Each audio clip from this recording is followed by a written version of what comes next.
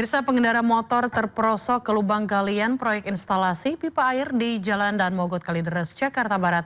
5 petugas PPSU terluka akibat mobil yang ditumpangi menabrak pohon di Kalideres, Jakarta Barat.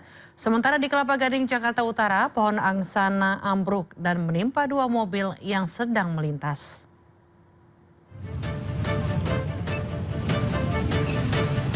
Inilah video yang viral di media sosial saat pengendara sepeda motor terperosok ke lubang galian proyek instalasi pipa air di Jalan Dan Mogot Kalideres, Jakarta Barat. Sejumlah pekerja proyek galian yang melihat kejadian ini langsung berupaya mengangkat kendaraan tersebut dari dalam lubang sedalam 1,5 meter. Sebelumnya sepeda motor yang ditumpangi 2 orang tersebut melaju dari arah Cengkareng menuju ke Tangerang. Namun tanpa sebab, tiba-tiba pengendara menabrak pembatas proyek hingga terperosok ke lubang galian instalasi pipa air. Diduga penyebab kecelakaan tunggal tersebut karena pengendara motor mengantuk. Galian PAM. Tadi saya juga sempat nanya sama pekerja, untuk hari ini infonya langsung diuruk sih Pak. Tadi saya nanya sama pekerja, ada infonya dia ngantuk. Ditanya sama warga, iya saya ngantuk, gitu doang sih Pak. Beruntung tidak ada korban jiwa dalam kejadian ini. Pengendara serta orang yang diboncenginya hanya mengalami luka ringan dan berhasil diselamatkan. Dari Jakarta, Rizky Falufi, iNews melaporkan. Menabrak mobil warga lantaran curiga istrinya berada dalam mobil bersama dengan selingkuhan. Namun saat diperiksa ternyata sang istri tidak ada di dalam mobil tersebut.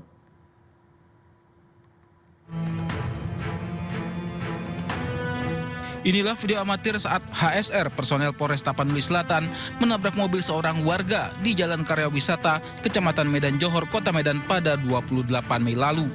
Kejadian itu sempat viral di media sosial dan menjadi sorotan publik. Kencangnya tabrakan membuat bagian depan mobil oknum polisi ringsek. Kabid Humas Polda Sumut, Kombes Pol Ferry Walintukan, menyatakan insiden dilatar belakangi pelaku yang curiga istrinya berada di dalam mobil bersama selingkuhannya yang berinisial LH. Namun saat diperiksa pelaku, wanita yang berada di dalam mobil ternyata bukan istrinya. Hasil pemeriksaan sementara dijelaskan bahwa terlapor HSR mendapatkan informasi bahwa pelapor ya inisial LH pergi bersama istri yang bersangkutan. Jadi terlapor dengan motif cemburu ya melakukan pengejaran dan akhirnya menemukan kendaraan pelapor ya inisial LH yang menggunakan CR-V dan ditabrak dengan kendaraan dari belakang oleh kendaraan terlapor dengan Innova seperti itu. Hasilnya di dalam mobil itu mau ada istrinya atau gimana Pak? Ya, ternyata hasilnya pemeriksaannya ternyata yang bersama LH itu bukan istri yang bersangkutan.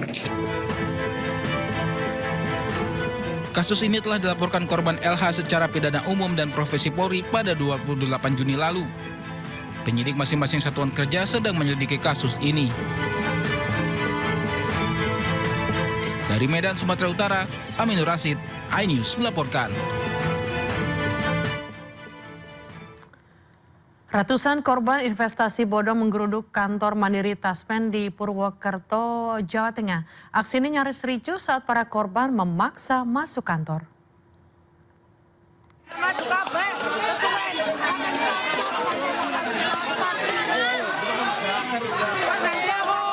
Ratusan korban investasi bodong Bank Mandiri Taspen menggeruduk kantor Mandiri Taspen Purwokerto, Kabupaten Banyumas, Jawa Tengah.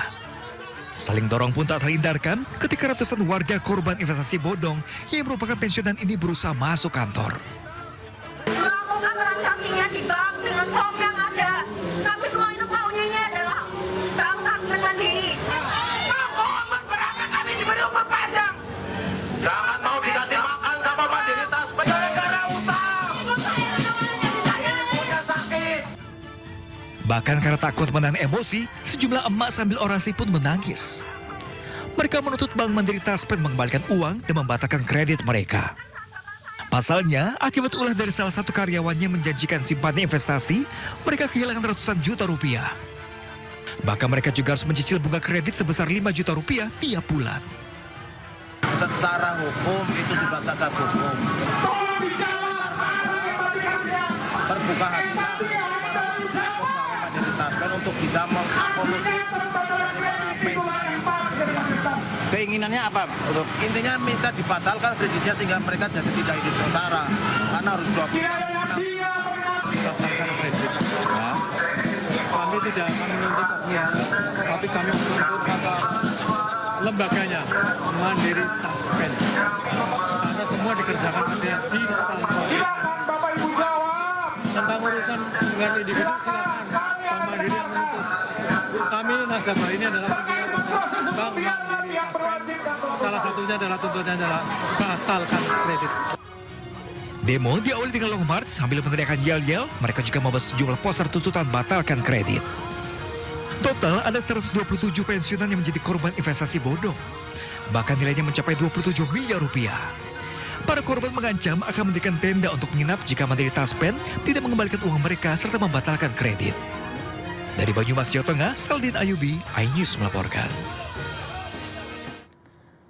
Satgas Operasi Damai Kartens 2026 mengepung kawasan di Kampung Bajema, Distrik Sugapa, Intan Jaya. Operasi ini berujung pada penangkapan seorang pria yang diduga terkait dengan kelompok kriminal bersenjata atau KKB.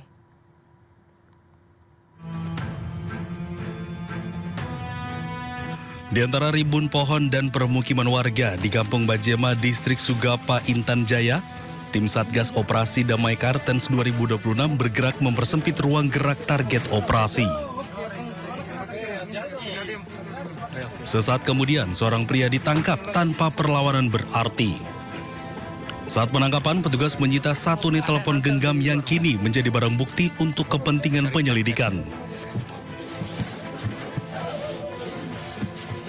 Menurut Kasatgas Humas Operasi Damai Kartens 2026, Kombes Pol Yusuf Sutejo, penangkapan ini merupakan pengembangan penyidikan atas kasus penembakan pos tower Satgas Tindak Intan Jaya pada 19 Februari 2024 yang menyebabkan gugurnya Bribtu Anumerta Alvando Steve Karamoy.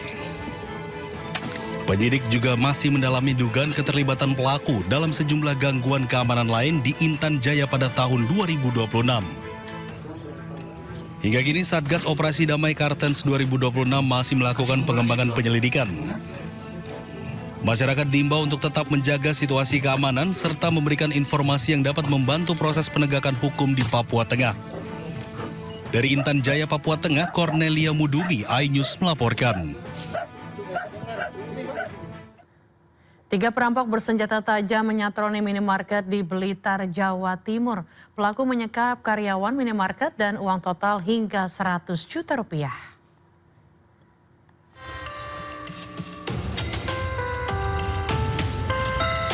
Tiga pelaku perampokan terekam kamera pengawas saat menyatroni salah satu minimarket di Blitar, Jawa Timur.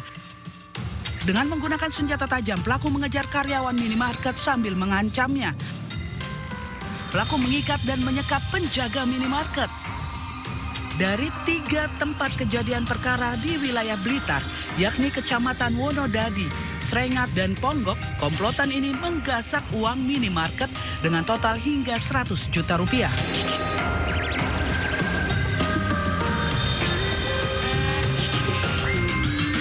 Polisi berhasil menangkap para pelaku di rumah mereka masing-masing tanpa perlawanan. Jadi awal mula kepada para 3 pelaku ini melakukan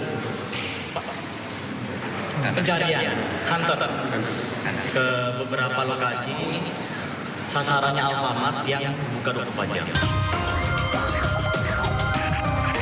Kini ketiganya mendekam di balik jeruji besi tahanan Mapolres Blitar Kota untuk menunggu proses hukum lebih lanjut. Dari Blitar, Jawa Timur, Yoyo Agusta, iNews melaporkan. Curi raket karyawan padel di Kebayoran Lama, Jakarta Selatan dianiaya dan disekap pihak manajemen lapangan padel. Selama disekap, korban mendapat kekerasan fisik dan 2 kendaraan miliknya dirampas pihak manajemen sebagai jaminan ganti rugi. Udah ketemu.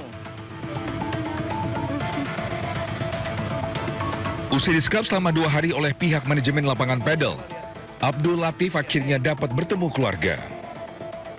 Upaya keluarga bersama kuasa hukum untuk membebaskan sang karyawan dari sekapan manajemen berhasil usai meminta bantuan pihak Kepolisian Metro Jakarta Selatan. Tak hanya disekap dan diperlakukan secara kasar, Abdul Latif yang juga karyawan lapangan pedal juga dianiaya hingga mengalami luka bagian mata, mulut, dan kaki. Pemicu penyekapan ini berawal dari tindakan pencurian raket yang dilakukan di tempat kerjanya. 2 bulan bekerja di lapangan pedal, korban mencuri 10 raket yang akhirnya diketahui pihak manajemen dengan total kerugian mencapai 90 juta rupiah. Bukannya membuat laporan polisi, pihak manajemen padahal justru melakukan tindak sepihak untuk menyekap dan menganiaya korban. Keluarga korban pun berjanji akan mengganti rugi dengan melakukan mencicil pembayaran sebanyak 1 juta rupiah per bulan. Niat baik keluarga korban tersebut pun ditolak pihak manajemen hingga 2 kendaraan milik keluarga dirampas pihak manajemen sebagai jaminan. Jadi kami itu melaporkan pagi-pagi tanggal 24 itu ke Polres itu 2 laporan. 1 laporan perampasan motor adiknya, yang 2 adalah penyekapan, penganiayaan, kemudian penganiayaan berat ini, kemudian ada beberapa pasal yang seperti adalah intimidasi, Bang. Intimidasi itu jadi ada ancaman-ancaman dari pihak mereka selain dipukuli sebanyak tadi disediakan 20 orang. Atas kejadian ini, Abdul Latif dan keluarga didampingi kuasa hukum telah melaporkan kasus ini ke pihak Kepolisian Polres Jakarta Selatan atas dugaan tindak perampasan hak kemerdekaan dan penganiayaan. Dari Jakarta Selatan, Den Helmi Sajangbati, iNews melaporkan. Ya, fakta baru terungkap dalam kematian ASN wanita yang jasadnya ditemukan terkunci dalam mobil di area parkir Bandara Juanda, Surabaya. Korban diduga tewas akibat dibekap dan diberi racun sianida.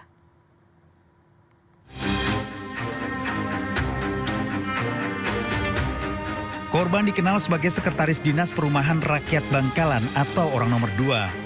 Korban merupakan perempuan yang baik dan ramah kepada para bawahannya serta rajin bekerja. Sebagai seorang pejabat di lingkungan pemerintah Kabupaten Bangkalan, korban memiliki ruang kerja sendiri.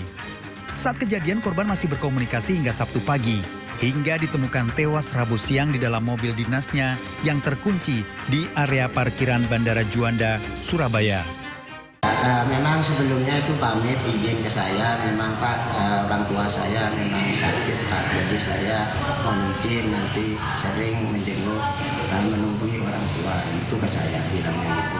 Memang sekarang masih tetap ada di Juanda, Surabaya sebagai barang bukti. Mungkin nanti setelah ada informasi dari pihak kepolisian nanti kita bisa berkomunikasi untuk mengambil mobil tersebut.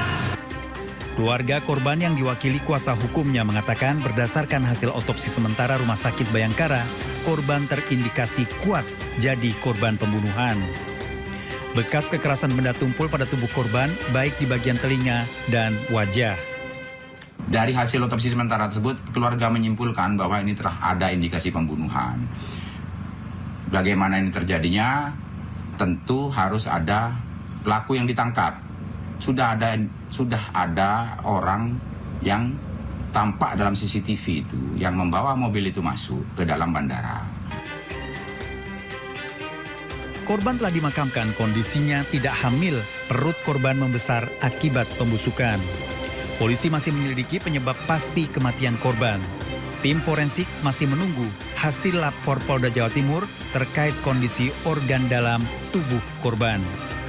Dari Bangkalan, Jawa Timur, Tim Liputan iNews melaporkan. 3 tahun menyekap dan menyiksa korbannya, Taufik Hidayat akhirnya muncul di hadapan publik di Mapolda Jawa Barat. Dengan kepala tertunduk, tersangka menyampaikan permintaan maaf, namun ditolak tegas oleh pihak keluarga.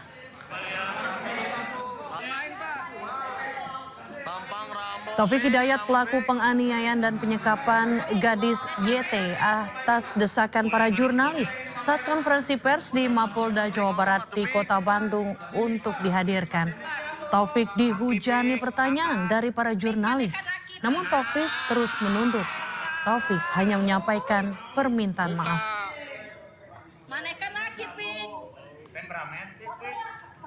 Ya. Yang bisa saya minta maaf. Ya, kita ke berita selanjutnya pemirsa. Kondisi korban penyekapan dan penyiksaan YTR berangsur membaik.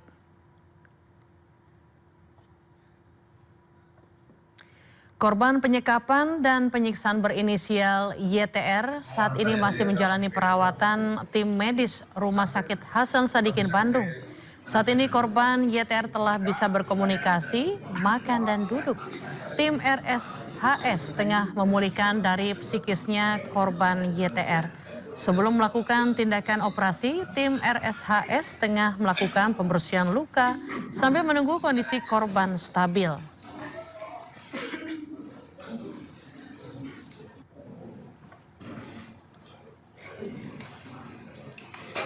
Lukanya saat ini memang sudah perbaikan, keadaan psikisnya pun juga memang yang bersangkutan sudah bisa mengobrol, sudah memang bisa makan, dan juga memang sudah bisa duduk.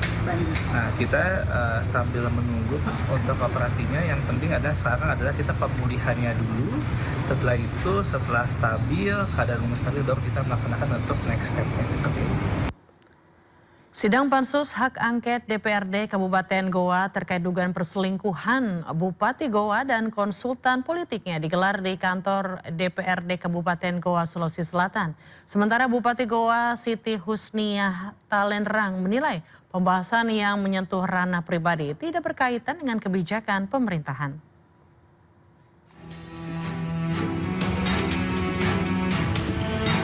Sidang Pansus Hak Angket DPRD Goa yang mengusut sejumlah persoalan yang diduga melibatkan Bupati Goa, Siti Husniah Talenrang, digelar di gedung DPRD Goa, Sulawesi Selatan.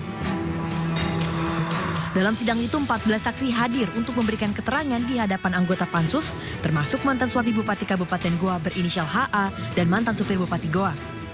Dalam sidang Pansus Hak Angket tersebut, panitia Pansus membawa 3 isu, yakni penyalahgunaan wewenang dalam memutuskan beasiswa S3 salah satu pegawai RSUD Sheikh Yusuf Kabupaten Goa, korupsi pengadaan seragam sekolah gratis yang menelan anggaran 16 miliar rupiah, serta dugaan perbuatan tercela Bupati Goa yang diduga berselingkuh dengan konsultan politiknya.